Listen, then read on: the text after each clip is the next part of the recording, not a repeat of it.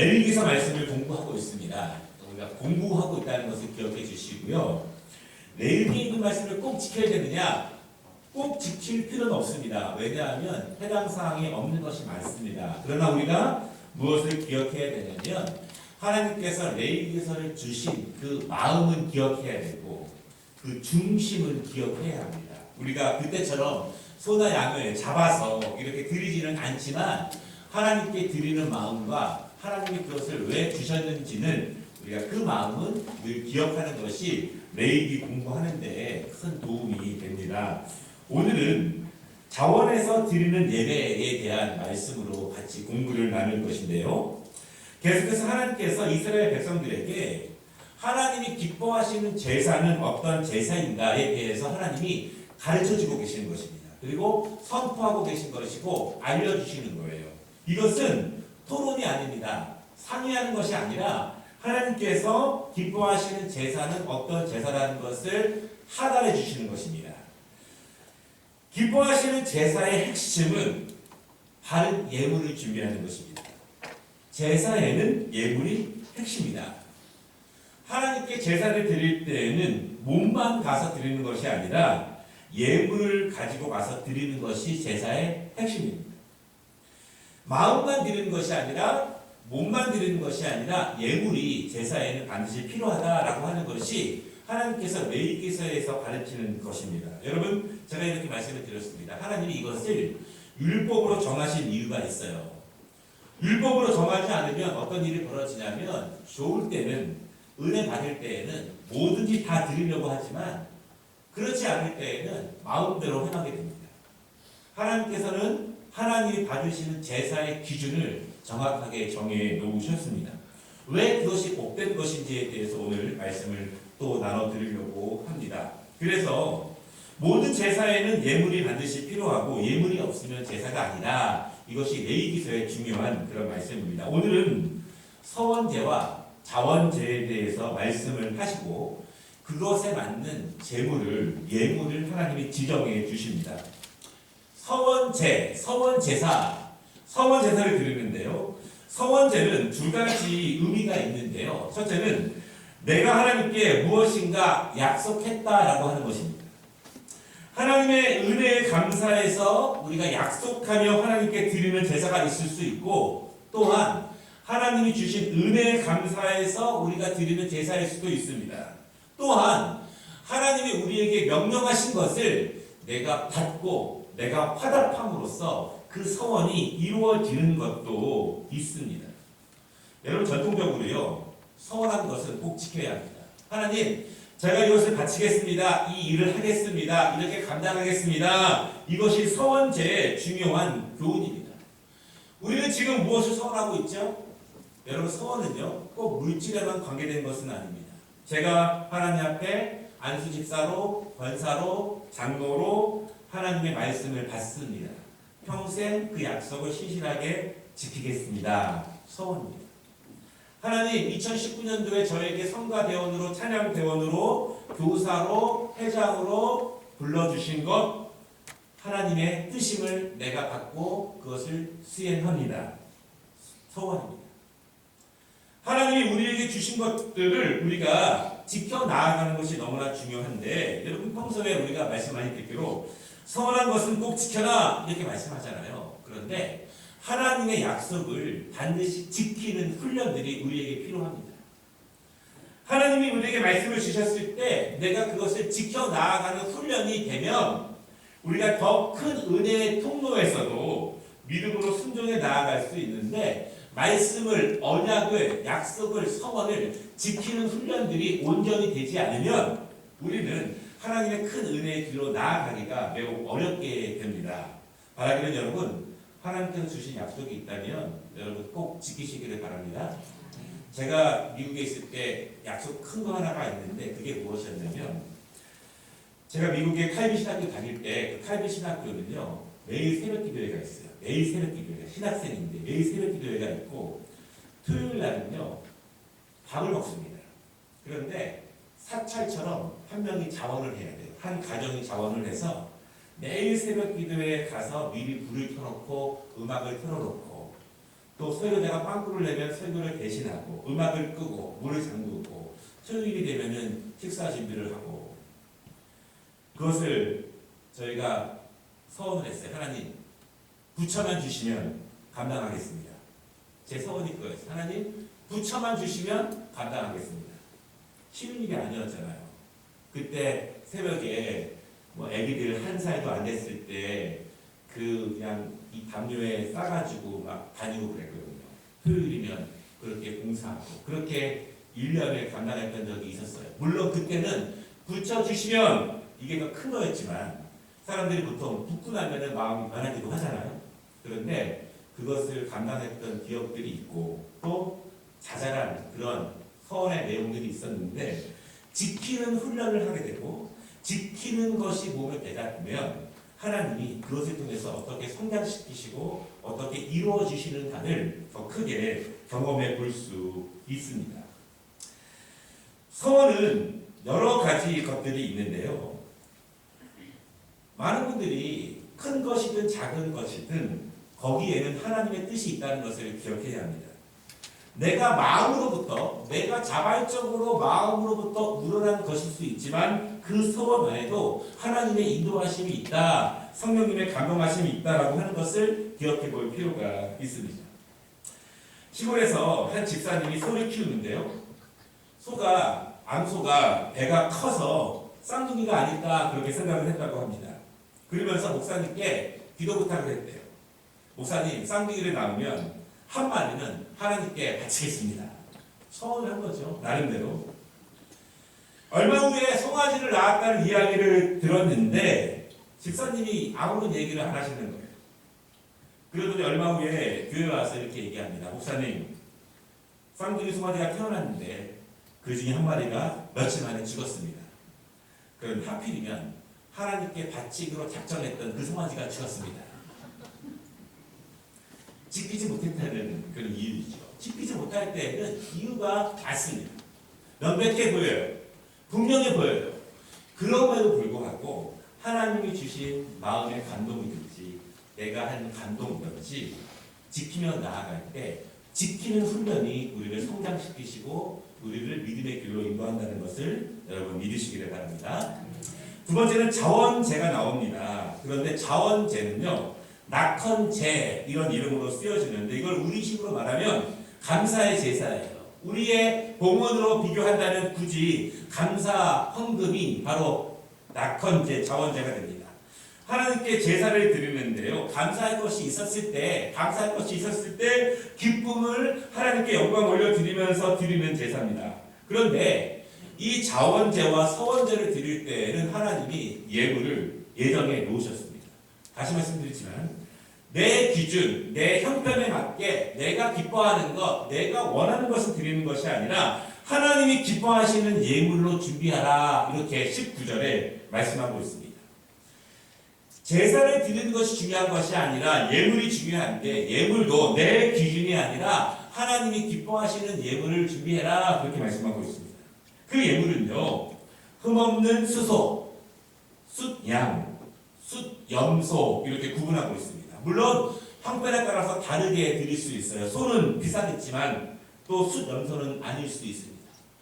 형편에 따라서 다를 수는 있지만 하나님이 지정하신 예물을 드리라, 이렇게 말씀하십니다. 그러면서 20절 계속 강조하는 내용이죠. 흠이 있는 것은 하나님께서 받지 않으신다. 예물의 종류도 정하셨고 그 예물이 흠이 없어야 한다라고 하는 것입니다. 여러분, 그런데 오늘 말씀 보면요, 자원 제물의 흠과 또한 서원 제물의 흠은 약간 다릅니다.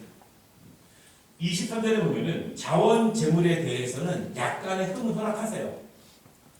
감사의 제목으로 하나님께 영광 올려드리는 제사에 대해서는 약간의 흠은 허락하셨는데 그 이유는 잘 모르겠습니다. 그러나 서원 제물에 대해서는 완전히 흠이 없어야 한다. 그것이 22절과 24절에 언급됩니다. 그때 큰 흠이 무엇이냐? 말씀 보면은요, 눈이 먼 것, 다리를 저는 것, 어떤 부위가 잘린 것, 고름을 흘리는 것, 옴이 난 것, 종기가 난 것, 고환이 터지거나 으스러진 것, 이런 것들은 흠이 있는 거기 때문에 하나님께서 원하시지 않고 기뻐하시지 않는다. 그렇게 말합니다. 여러분, 좋은 것으로 하나님께 드리려는 마음이 있고요. 좋지 않은 것을 이해하는 하나님께 드리려는 마음도 있습니다. 옛날에는 시골에서 농사를 지으면은 꼭 이렇게 첫 열매를 드리려고 하잖아요. 좋은 것을 골라서 드리려고 하는 사람도 있지만 똑같은 거라면 좋은 거는 팔고 덜 좋은 것으로 드리려고 하는 마음도 분명히 있습니다. 하나님은 그 마음을 보신다는 것입니다. 우리가 어떠한 마음으로 준비해 오느냐. 우리가 공헌을 드릴 때에도 미리부터 집에서부터 구별해서 준비해 오는 것과 아니면 급하게 허겁지겁 드리는 액수의 차이가 아니라 하나님은 그 마음을 하나님이 보신다. 이렇게 말씀합니다. 흠이 없는 조건이 두 가지 더 있는데요. 27절과 28절에 보면은 태어난 지 8일밖에 되지 않은 너무 어린 짐승을 못 드리게 하십니다. 그리고 어미와 새끼를 같은 날에 잡지 말라. 그렇게 말씀합니다. 편의주의를 하지 말라 말씀하시는 거예요. 그냥 한 번에 같이 때로는 두 번 제사 드릴 날이 있으면 어미도 드릴 수 있고 새끼도 드릴 수 있는데 하나님께서는 그것에 대해서도 분명하게 구별을 주면서 제물에 대해서 강조하고 있습니다. 여러분 그런데요. 하나님께 이 두 가지 제사를 드릴 때 그 예물은 다시 강조하지만 하나님께서 기쁘시게 받는 예물이 되어야 합니다. 29절에 보니까요. 너희가 기쁘게 받으심이 되도록 드릴지며 이렇게 말씀합니다. 그런데 제물에 대해서 말씀하시는 것이 아니라 너희가 기쁘게 받으심이 되도록, 우리말로 하면 수동태예요. 내가 올려드리는 것을 통해서 하나님이 너희의 모든 것을 기쁨이 되도록 받으시도록 그렇게 하라 이렇게 말씀하십니다. 이 말씀은 무슨 뜻이냐면 드리는 사람과 드리는 예물을 동일시라고 하는 거예요. 그 예물을 보고 그 사람을 본다는 것입니다. 그 예물 드림을 보고 그 사람의 드림을 하나님께서 보신다라고 하는 것입니다. 다시 말하면 그 사람의 마음과 정성과 그 제사의 모든 것이 예물에 담긴 것이다. 그렇게 말씀하고 있는 것입니다. 마음은 충만한데 예물은 흠이 있다. 이것은 뇌이기수에 말하면 말이 안 되는 거예요. 내 마음은 원이런데 육신이 약하여. 그것은 우리끼리는 이해할 수 있지만 하나님이 정해놓으신 제사법에는 맞지 않습니다. 하나님은 그 사람의 예물과 그 사람의 마음을 동일하게 보신다라고 하는 것입니다. 여러분 이것이 왜 은혜가 되는지 아십니까? 아니 하나님 제사를 받으시려면 받으시지 예물까지 꼭 정해놓으시고 좀 뭐하지 않습니까? 이렇게 말할 수 있어요. 아니 우리가 정성껏 드리면 되지 하나님 꼭 그 기준을 정해 놓으셔야 합니까? 이렇게 말할 수 있잖아요. 여러분 그런데 왜 중요하냐면 제사는 기본적으로 아래에서 위로 드리는 행위입니다. 아래에서 위로 드리는 것이 제사예요. 그런데 아무리 아래에서 위로 드려도 위에서 받지 않으면 아무 소용이 없는 것입니다. 아무리 열심히 다양하게 아래에서 드려도 위에서 받지 않으면 아무 소용이 없는 것입니다. 그런데 위에서부터 먼저 내가 이런 것, 이런 것, 이런 것들 받겠다. 이런 것, 이런 것, 이런 것은 내가 기뻐한다. 이렇게 먼저 말씀을 주시다면 그것이야말로 더 큰 은혜가 아니겠습니까? 더 큰 축복이 아니겠습니까? 하나님이 은혜를 주시는 법, 축복을 주시는 법, 하나님이 기뻐하시는 법을 먼저 위에서부터 아래로 내려 보내신 것이 있다면 이거말로 이스라엘 백성들에게 더 큰 축복이 되고 더 큰 은혜가 되는 것입니다. 믿으십니까? 우리가 강건해지고 우리가 은혜로 살아가는 법이요 어렵지 않습니다. 목사님 너무 그것은 교과서적입니다. 너무 이론적입니다. 여러분 그런데 이론이 정답이라는 것을 믿으시기 바랍니다. 아멘? 성경 말씀이 정답이에요. 이거 외에 다른 것이 있다고 말하면 이단입니다. 아무리 단순해 보여도 하나님 말씀에서 위로부터 우리에게 먼저 주신 축복의 길, 은혜의 길이 정답이라는 것을 믿으시기를 바랍니다. 이것이 정답이지 다른 데 길이 있는 것이 아닙니다. 우리가 아무리 제사를 드려도 위에서 받지 않으시면 아무 소용이 없는데 먼저 위에서 하나님이 기뻐하시고 은혜를 주시고 축복을 주실 수 있는 그 예물과 제사를 먼저 말씀해 주셨다면 이스라엘 백성들은 고민할 필요가 없는 거예요. 세상 사람들은 그러더라고요. 상관들에게 잘 보여야 되는데 상관이 뭘 좋아할지 모른다는 거예요. 이거를 좋아할지 저거를 좋아할지 모른다는 것입니다. 그러나 하나님은 하나님이 복 주시기 위해서 은혜를 주시기 위해서 하나님이 기뻐하시는 제사와 예물에 대해서 먼저 말씀해 주셨기 때문에 이스라엘 백성들이 그 말씀만 잘 믿고 순종하면서 그대로만 행하면 하나님이 은혜를 주신다고 말씀하셨기 때문에 이 제사법은요 이스라엘 백성들에게 부담이 되는 것이 아니라 이스라엘 백성들에게 축복이 되는 것임을 여러분 믿으시기를 바랍니다. 왜 이스라엘 백성들은 하나님이 주시는 이 제사법에 순종을 해야 되는가? 특히 제사와 관련된 이러한 법칙에 순종하라 이렇게 말씀하고 계십니다. 그 뜻이 그 이유가 이 32절과 33절에 나와 있는데요. 첫째로 내 모든 계명은 거룩한 나로부터 나올 것이다. 그 계명을 지키는 것이 내 거룩으로 속해지는 것이다. 이렇게 말씀합니다. 이스라엘 백성들이 자기 뜻대로, 자기 소견에 오른 대로, 자기 판단대로, 자기 지식대로 하면 거룩해질 수 있을까요? 하나님 앞에 의로운 모습으로 나아갈 수 있을까요? 불가능합니다. 불가능합니다. 사람들은요, 의견이 너무 달라요. 이 사람들은 저것이 맞다고 하고 저 사람들은 저것이 맞다고 합니다. 다 달라요. 사람들의 기호도 틀리고 취미도 틀립니다. 어떤 사람들은 이 예배가 좋다고 어떤 사람은 다 틀립니다. 그러나 하나님은 그 판단을 사람들에게 맡겨놓으시지 않으셨습니다. 거룩의 기준을 사람들의 판단에 맡겨놓으지 않으셨습니다. 왜냐하면 사람들에게 맡겨놓으면 자기 소견에 옳은 대로 할 것이 뻔하기 때문에 하나님은 그렇게 말하지 않습니다. 하나님은 거룩의 기준을 하나님께 두시고 그 거룩의 기준에 합당한 계명들, 제사법들, 예물에 대해서 말씀하고 계시는 것입니다. 여러분 그러므로 우리가 하나님이 주신 이 말씀을 온전히 믿고 은혜의 기름이 축복의 기름을 믿고 그 계명대로 나아가는 것이 하나님의 은혜 안에 거하고 하나님의 거룩함 안에 영광 안에 거한다는 사실을 여러분 믿으시기를 바랍니다. 하나님 먼저 주신 거예요. 두 번째는요. 왜 이스라엘 백성들은 이 계명을 지켜야 되느냐? 왜 이 제사법을 지켜야 되느냐? 33절에 보면은요. 하나님은 이스라엘을 애굽에서 인도하신 분이기 때문에 계명을 지켜야 한다. 이렇게 말씀합니다. 이것이 무슨 관계가 있을까요? 이스라엘 백성들은 400년간 노예 생활을 했습니다. 얼마나 고달팠겠습니까? 얼마나 괴로웠겠습니까?